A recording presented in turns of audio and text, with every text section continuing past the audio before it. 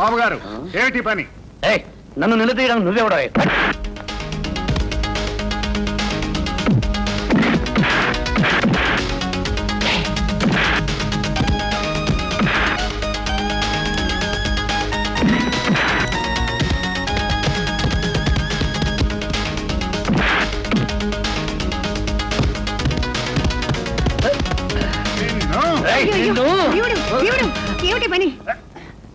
ఇంత అవమానం జరిగిన తర్వాత నేను ఒక క్షణం కూడా ఉండను.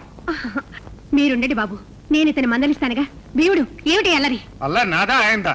పెళ్లి కావాల్సిన పిల్లతో ఆటలో పాటలు ఏంటత్త? ఇదేమన్నా సంసారంలో ఇల్లు అనుకున్నాడా, సానికొంప అనుకున్నాడా? పెళ్లి చేసుకోబోతున్న వాడి గారికి ఆ పిల్లని దగ్గర తీసుకున్నాను. దాంట్లో తప్పేమిటి? అది అలా గడ్డి పెట్టండి అల్లుడు గారు. పెళ్లి చేసుకున్నాక నీ ఇష్టం వచ్చినట్టు ఆడుకో, పాడుకో, గంతులేసుకో. ఈ లోపు ఇలాంటి తెక్క వేషాలు వేసావంటే తుక్కు రేగొట్ట. భీముడు పెద్దంతరం చిన్నంతరం లేకుండా ఏమిటా వాగుడు? ఈ ఇంటి అల్లుండి పట్టుకుని అంతంత మాట్లాడుతున్నావా? మాటలే కాదు, చేతల్లో కూడా చూపించగలను. గంగారమ్మ గారు, ఇతను మచ్చుటూగా మాట్లాడుతున్నాడు. నేను ఇంట్లో ఒక క్షణం కూడా అల్లుడు గారు, అల్లుడు గారు ఇక్కడికి ఉండండి. భీముడు, మేము ఒకే తానుగుడ్డలం, ఈ ఇంటి మనుషులం. మా విషయాల్లో జోక్యం చేసుకోవడానికి మధ్యలో నువ్వెవడమయ్యా? గంగానమ్మత్త, దిక్కు మొక్కు లేనివాడివి కదా అని ఇంట్లో ఉండనిచ్చి ఇంత తిండి పడేస్తుంటే మా మీదే అధికారం చెలాయిస్తావా? ఇదిగో మాటలు జాగ్రత్తగా రానివమ్మో. నేనేం దిక్కులేక నీ పంచం జారలేదు. కండల్లో బలం ఉన్నవాణ్ణి, గుండెల్లో దమ్మున్నవాణ్ణి. ఎక్కడైనా రాజాలా బతకగలను. నీకు అండగా నువ్వు ఉండమని బతిమలాడితే నీ కంపులో అడుగు పెట్టానే కానీ గతిలేక కాదు, అది గుర్తుంచుకో. నీ అండ నాకేం అక్కర్లేదు. కొండంత అండగా నాకు మా అల్లుడు గారున్నారు. నాకెందుకోనో ఈ మనిషి సరైన వాళ్ళే అనిపించడం లేదు. ఇతను మాట్లాడే అసహ్యమైన ఇంగ్లీషు, ఆ గుర్రాలు కూడా చూస్తుంటే నాకేదో అనుమానంగా ఉంది. ఇతన్ని నమ్ముకున్నావంటే నట్టేట ముడిగిపోతావు. జాగ్రత్త. గంగారమ్మ గారు, టాకింగ్ హై. నేను వెళ్ళిపోతున్నాను. ఈ భీముడు సంగతి నేను చెప్తాను. ఉండండి. భీముడు, నువ్వు మితిమీరి మాట్లాడుతున్నావు. ఇంకొక క్షణం ఇక్కడ ఉండకూడదు. తక్షణం ఈ గడప దాటి వెళ్ళిపో. ఇంత జరిగాక మళ్ళీ వచ్చి నువ్వు కాళ్ళు పట్టుకున్నా సరే చచ్చిన ఇంట్లో అడుగు పెట్టను. అంత అవసరమేం రాదు. దయచేయి. వెళ్తున్నా. వెళ్ళు. అనుభవించు. అల్లుడు గారు, జరిగిందంతా మర్చిపోండి. వెళ్ళండి, విశ్రాంతి తీసుకోండి. థాంక్స్. Rest best.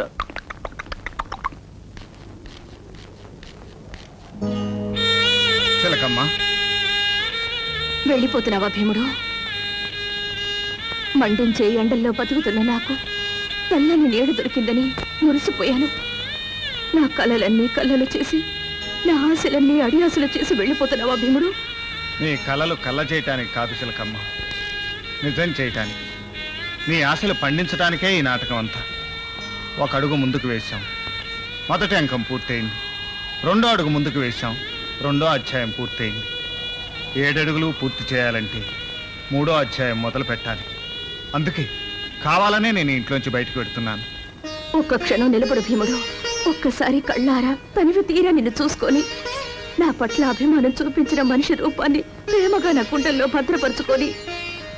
పిచ్చి చిలకమ్మ, ఎందుకు దిగులు? 1-2 రోజుల్లో మళ్ళీ వచ్చేస్తాగా. పిన్ని నిన్ను రాణిస్తుందా? మీ పిన్నే కాదు, ఆవిడ తల్లో జేజమ్మ కూడా మోకాళ్ళ మీద పాక్కుంటూ వచ్చి మరీ నన్ను ఆహ్వానిస్తుంది.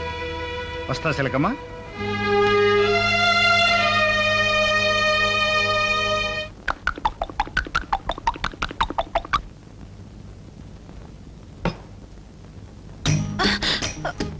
లీలా, నిన్నొకటి అడగాలనుంది.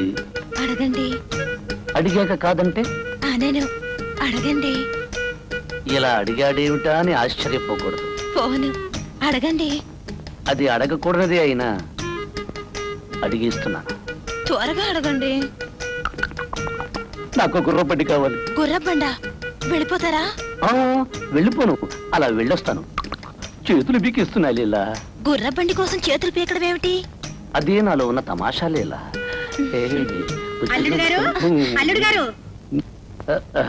రండిత్ గారు, భోజనాలు రెడీ తయారవుతున్నాయి.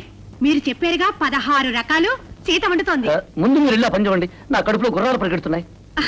అలాగే అల్లుడు గారు, ఈ రోజు మంచి రోజట. మంచి రోజున మీ నోటి నుంచి మంచి మాట వినిపోదామని వచ్చాను. జోడు గుర్రాల సాత్తు మంచి మాట నేశాను, మీరు వెళ్ళిపోండి. అలాగే బాబు, మీ పెళ్లి ఊరేగింపు జోడు గుర్రాల సాట్టుతోనే ఏర్పాటు చేయిస్తాను. మా లీలతో మీ పెళ్లి ముహూర్తం ఎప్పుడు పెట్టించమంటారో కాస్త చెప్తారా? లీలను నేను పెళ్లి చేసుకోవడానికి నా వైపు నుంచి అభ్యంతరం ఏమీ ఉండదు అత్తగారు. మరి మీ నాన్నగారు ఒప్పుకోరా? ఆయన నా మాట ఎప్పుడూ కాదనరు. మరి ఇంకా అడ్డేమిటి అల్లుడు గారు?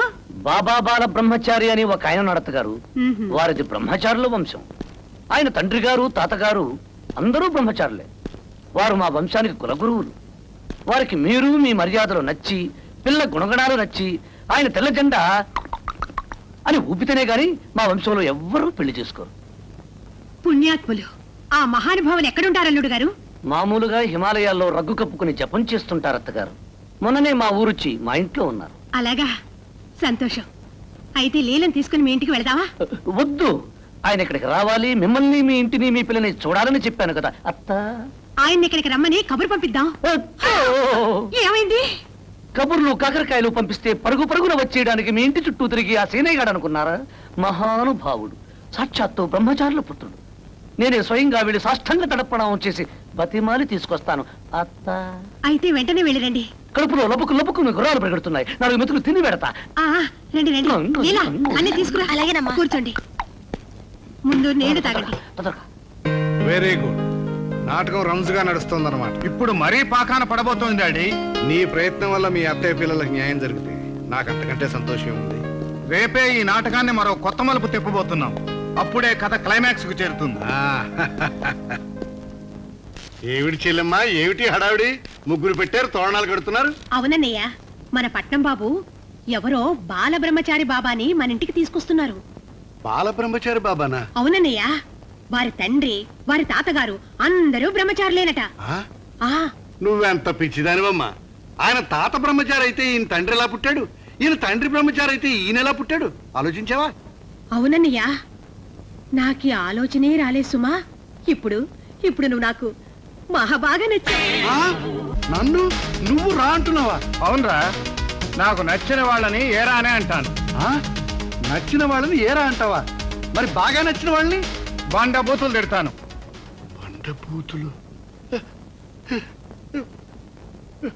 వద్దమ్మా, నచ్చారన్న మాట మాత్రం అనొద్దు. అది ఆడవాళ్ళు వాడకూడని మాటమ్మా. నచ్చావంట కూడా తప్పేనా? ఆ, తప్పంటే అది మాటగా తప్పు కాదు, కానీ తప్పు మాట. అంటే ఒప్పైనా నువ్వు ఆడకూడని మాట. అంటే బా, ఎందుకు వచ్చిన గోరమ్మా, ఆ మాట మాత్రం నువ్వు అనకూడదమ్మా.